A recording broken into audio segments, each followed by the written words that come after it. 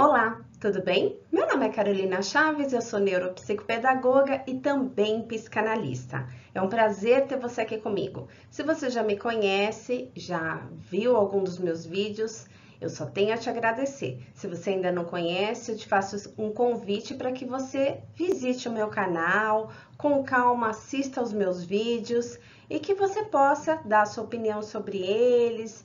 Todos os comentários são muito bem-vindos, porque afinal de contas é através da sua devolutiva que eu consigo sentir como que está fluindo o meu trabalho, tudo bem? Além da importância de você deixar o seu like, de você deixar aquele coraçãozinho para mim. Porque a partir do momento em que você curte o vídeo, ele é considerado pelo YouTube um vídeo importante, um vídeo relevante, e dessa forma ele atinge um número maior de pessoas. Esse é o meu objetivo, levar o esclarecimento para um número maior de pessoas. E eu acho que eu posso contar com você para isso, tá certo? Vamos lá. O vídeo de hoje eu vou trazer alguns esclarecimentos que eu acho tão legais por parte de um terapeuta. Eu acho que todo terapeuta deveria ser muito claro com relação a isso. Mas, infelizmente, quando eu vejo as pessoas, né, quando elas vêm buscar o meu trabalho, isso nem sempre acontece. Ou, pelo menos, não da forma como deveria ser. Eu gosto de colocar todos esses detalhes de uma forma bem clara e bem objetiva, para que antes de qualquer tratamento fique muito claro para o paciente o que é a parte dele e o que é a parte do terapeuta para o sucesso do tratamento. São 5 regrinhas iniciais simples e básicas que fazem totalmente o diferencial no resultado final e no sucesso do tratamento. Vamos lá? Primeira delas, então. Vamos falar um pouquinho sobre nós. A nossa vida, ela é um período de busca, né?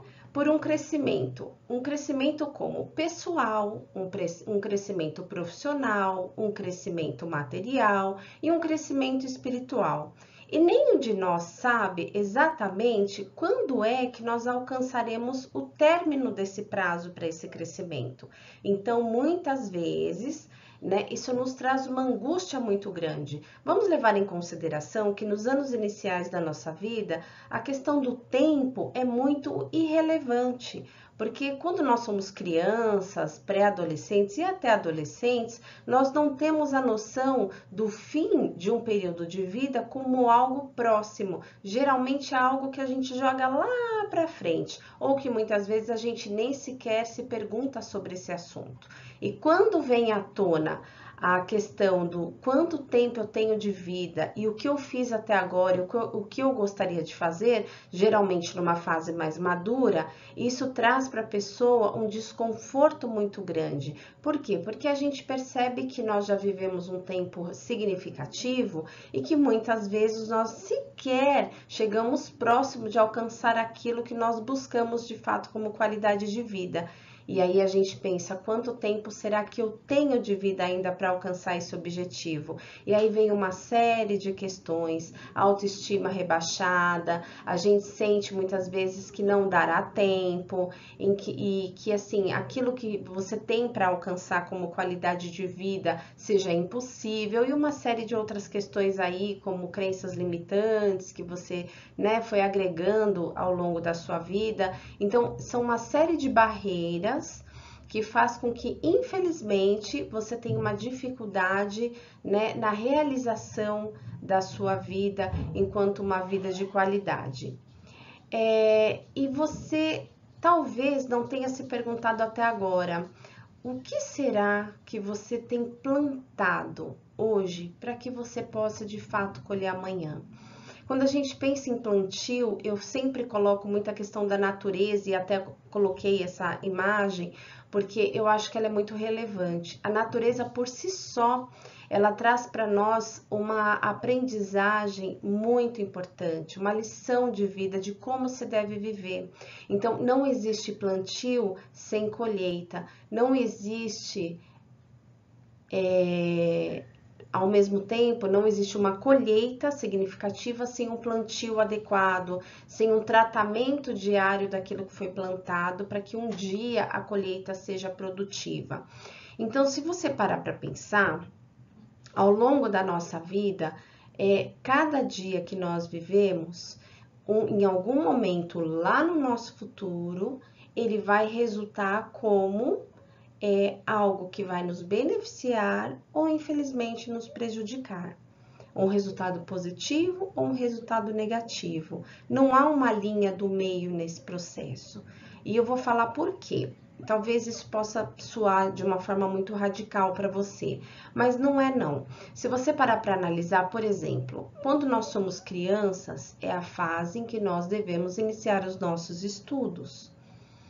Seja por vontade própria ou por circunstâncias da vida, isso não cabe a mim o julgamento nesse momento, né? Aliás, o tratamento terapêutico não é um tratamento de julgamento, né? É uma análise, é um processo de recuperação onde o paciente fala, o terapeuta escuta e o orienta para que ele possa encontrar o seu caminho. Mas, voltando na questão dos estudos, nós todos sabemos que inicialmente na fase dos primeiros anos de vida até a nossa juventude, o início da nossa fase adulta, é a fase ideal para que a gente possa investir nos nossos estudos.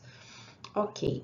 E quando isso não acontece, ou porque nós não fomos criados em um local onde o estudo era permitido de uma forma tranquila, por exemplo, quem mora em locais muito afastados, com dificuldade de locomoção, onde a internet não é acessível, ou que não se tem a menor condição de chegar até uma escola, de comprar um material adequado, enfim, uma série de possibilidades aí que impedem o acesso a esse desenvolvimento educativo, tá?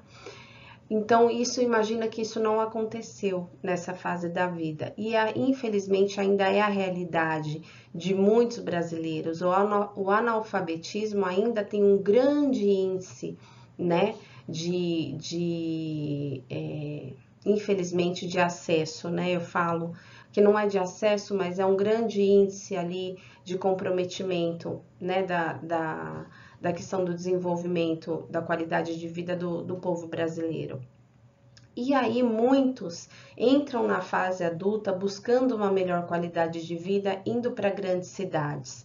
E quando chegam nessas grandes cidades, em função de toda a circunstância que foi vivida, né, essa vida, ele se depara com inúmeras dificuldades. E aí, gente, é um processo tão difícil, porque além de ele encontrar esse grau de dificuldade com relação à sua formação, ao entendimento. Imagina uma pessoa que ela é analfabeta, ela olha o mundo como se ela fosse cega, porque ela apenas vê as letras, mas ela não as compreende. E isso impossibilita totalmente a vida da pessoa em todos os sentidos, tá? Inclusive de um progresso para uma vida melhor, do alcance de uma vida melhor. Então, é uma coisa muito complicada.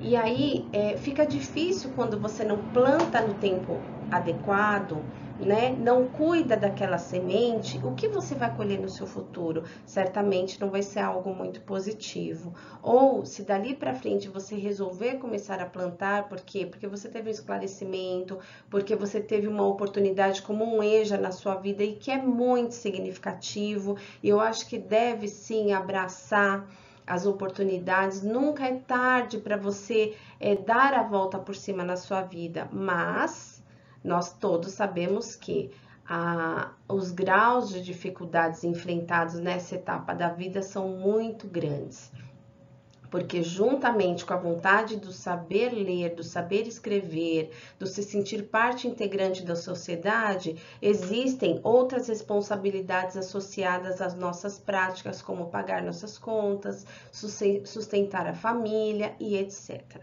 tá? Então, pare para pensar. Se você não passou por nenhuma circunstância de uma dificuldade tão extrema, o que será que você está plantando hoje e o que você vai colher amanhã?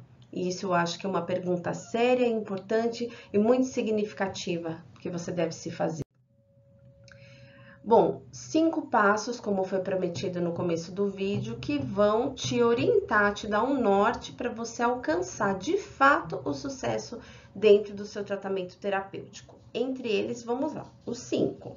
Primeiro, identificar um problema. Ninguém procura um terapeuta se não identifica uma causa, um problema, algo que te incomoda, tá? Então, número 1, identificar o problema. Não importa se é pequeno, se é grande, se você considera talvez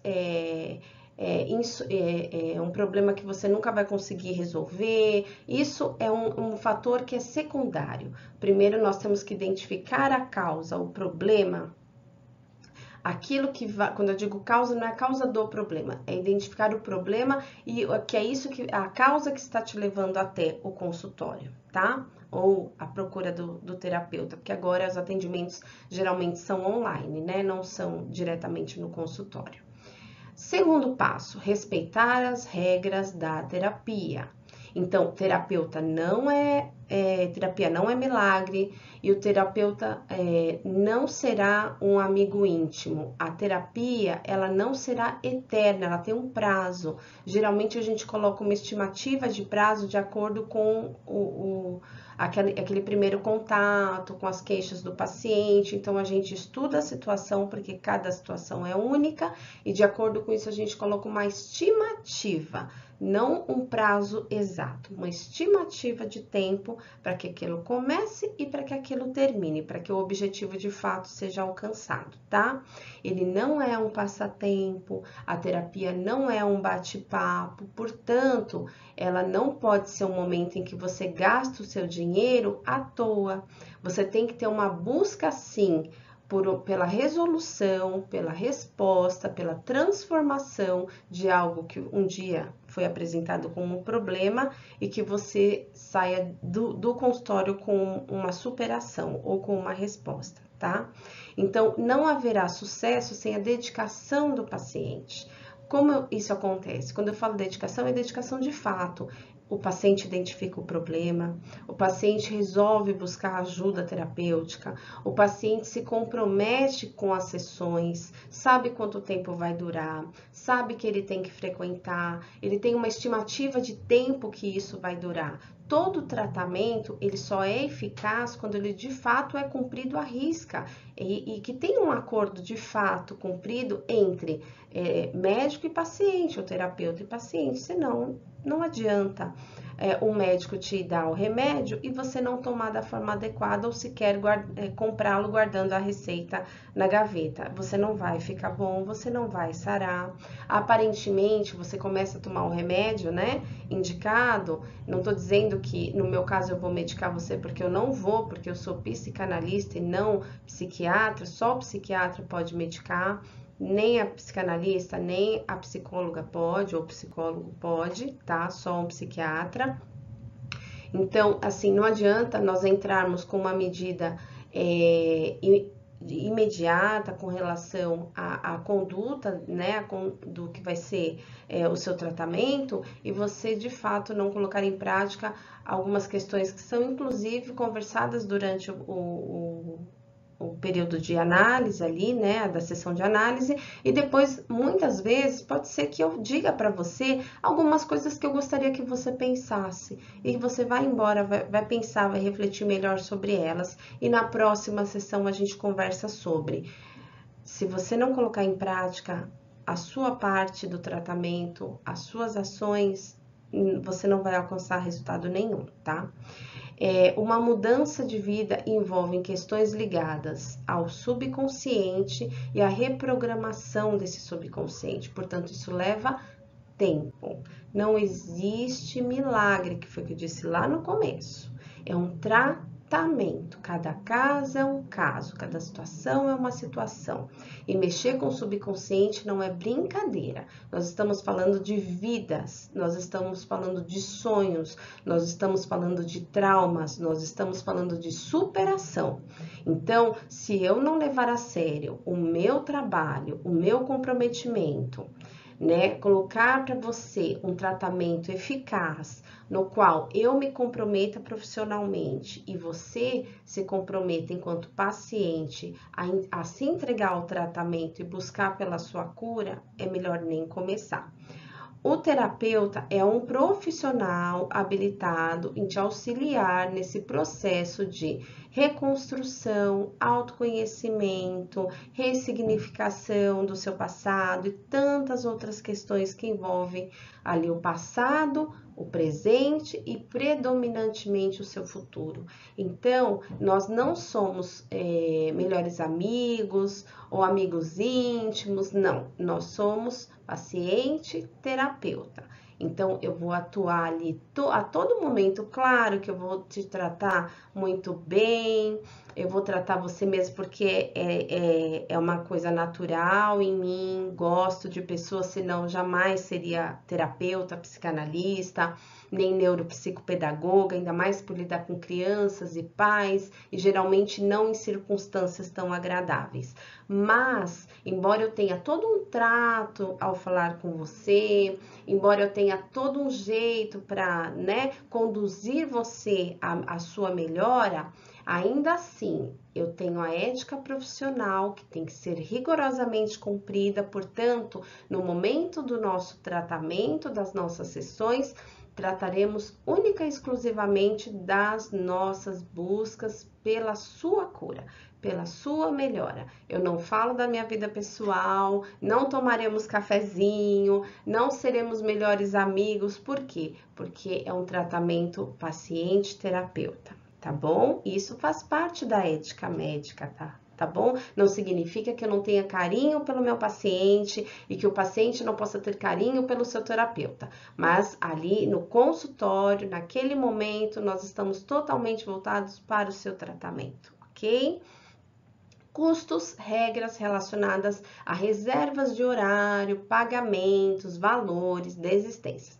Tudo isso vai de acordo com cada terapeuta. Então, ele tem, né, a liberdade, a autonomia para colocar o seu preço sobre cada sessão, a sua forma de trabalho. Geralmente, a sessão dura 1 hora, né? Isso daí geralmente é uma regra, tá? Agora, valores, cada terapeuta vai colocar o seu valor de acordo com aquilo que ele julgar como correto. Ah, ele pode variar o valor para cada paciente, isso também vai de cada terapeuta, tá? Ele pode, inclusive, prestar trabalhos voluntários, isso também vai de cada terapeuta. E agora, com relação aos horários, as regras, por exemplo, a desmarcação de última hora, o cancelamento da presença na sessão em última hora, pode acarretar, sim, o pagamento da mesma, como se nada tivesse acontecido, como se ele de fato tivesse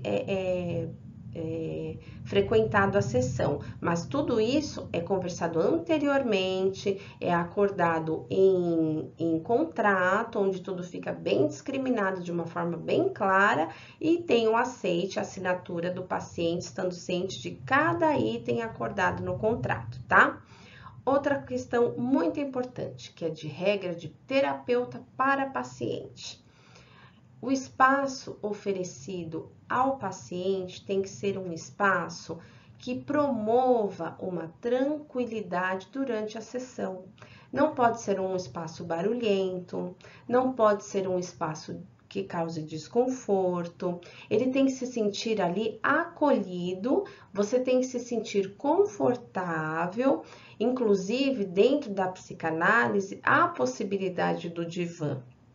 Mas nem todos os pacientes gostam e se sentem confortáveis estando no divã quando o atendimento é presencial, né? Muitos preferem sentar-se numa poltrona frente ao seu terapeuta, o que é mais comum, e dali inicia-se a sessão. Então, e online é a mesma coisa. Então, assim, não importa se eu estou te atendendo de um consultório ou de dentro da minha casa. O que acontece é que eu tenho que proporcionar para você um ambiente calmo, tranquilo, sem interrupções. É claro que eu não vou ter o controle absoluto de tudo que acontece do lado de fora do prédio. Então, nós moramos numa metrópole onde tem motoqueiro, barulhos e interferências externas inúmeras. Mas dentro do espaço, tenho que proporcionar para você, sim, um ambiente acolhedor, tranquilo, sem interrupção, para que você, de fato, possa iniciar e terminar a sua sessão com tranquilidade, sem interrupções, sem constrangimento.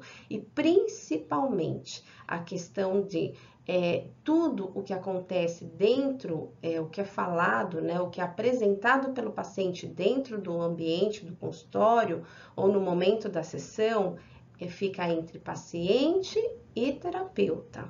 Há um sigilo, há uma ética, é um ambiente totalmente imparcial com relação ao julgamento, portanto, você vai poder dizer o que você sentir, falar o que você quiser, e eu não vou julgá-lo por isso. Eu vou, claro, orientá-lo em algumas circunstâncias, fazê-lo pensar sobre algumas questões. No entanto, eu não vou te julgar, eu não vou me intrometer na sua vida, dizer o que você deve ou não deve fazer, porque o intuito da terapia é fazer com que você se conheça a tal ponto e se supere a tal ponto que nenhuma interferência externa ou dificuldade que venha a acarretar na sua vida faça com que você se perca de si novamente. Você tem que tomar as rédeas da sua vida e é isso que você vai conseguir ao final do tratamento, é ter essa autonomia, essa independência emocional, independência nas suas atitudes, enfim, a tudo que te cerca. E o mais importante que eu acho, que é muito bacana, então vamos lá. O terapeuta, ele pode encaminhar um paciente para um profissional mais adequado para o tratamento dele, de acordo com o que ele traz na primeira sessão. Por quê? Muitas vezes ele vem buscando um tratamento psicanalítico, mas o mais adequado para ele é iniciar o tratamento com um psiquiatra. Aí você me pergunta, nossa, mas por quê? Porque ele precisa ter paralelamente um tratamento de medicamentos. Quando trata-se, por exemplo, de uma questão ligada a uma depressão, por exemplo, né, num grau baixo, médio ou alto de comprometimento, é muito importante que, além da terapia semanal, seja também encaminhado, né, para um profissional, que no caso é o psiquiatra, para que ele possa entrar com a medicação adequada para que aquele equilíbrio ocorra inicialmente. Às vezes, essa disfunção que levou o paciente até uma depressão pode ser uma disfunção química, né, de produção química do cérebro. Então, a gente entra com a medicação, não eu, porque eu não... Perdão, mais uma vez, eu não medico, tá? Então, o psiquiatra entra com a medicação para que o paciente estabilize aquela produção química e comece a equilibrar o seu funcionamento neurológico, né? E mental como um todo, tá? Então, são várias possibilidades que podem acarretar uma depressão. A questão de disfunção química é apenas uma delas, mas eu tô citando aqui só para que você entenda a importância do profissional psiquiatra aliado ao tratamento terapêutico, que aí sim, pode ser com o próprio psiquiatra, pode ser com um psicólogo, né, que talvez ele já conheça, ou com um psicanalista. Isso vai de acordo com a necessidade de cada paciente, tá bom? E assim, por isso que inicialmente, eu particularmente faço da seguinte forma. A primeira sessão, eu não costumo cobrar, né? Eu digo para o paciente o seguinte, eu tenho um valor X, né, por sessão, e eu cobro daquela primeira sessão um valor simbólico, tá? Para que ele apenas a gente se conheça, ele tire todas as dúvidas e apresente a sua causa.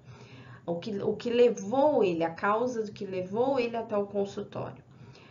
Ok, se de fato a necessidade dele vier de encontro à minha possibilidade de tratamento, né, de terapia, perfeito, nós entramos num acordo com relação a todas as regras, né, redigimos o nosso contrato, aquilo fica acordado, marcamos o início da nossa sessão de terapia.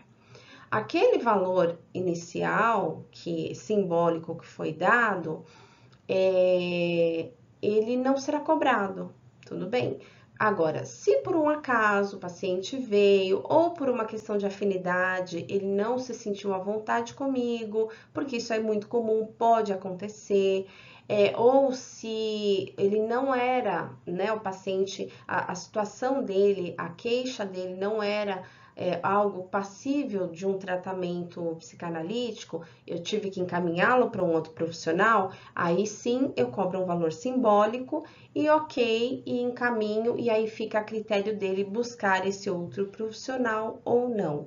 Então, as coisas têm que ser muito claras, eu acho que nesse momento, até porque quando a pessoa se propõe a entregar a sua vida, né, na mão de um médico, de um psicanalista, de um psiquiatra, de um psicólogo, a expectativa de cura é muito grande. Então, tudo tem que ser previamente exposto de forma clara e objetiva para que no decorrer do processo não haja nem constrangimento, nem decepções, porque uma vez que um paciente se decepciona com a atuação de um terapeuta, é muito difícil com que ele consiga voltar depois a buscar ajuda, a pedir ajuda.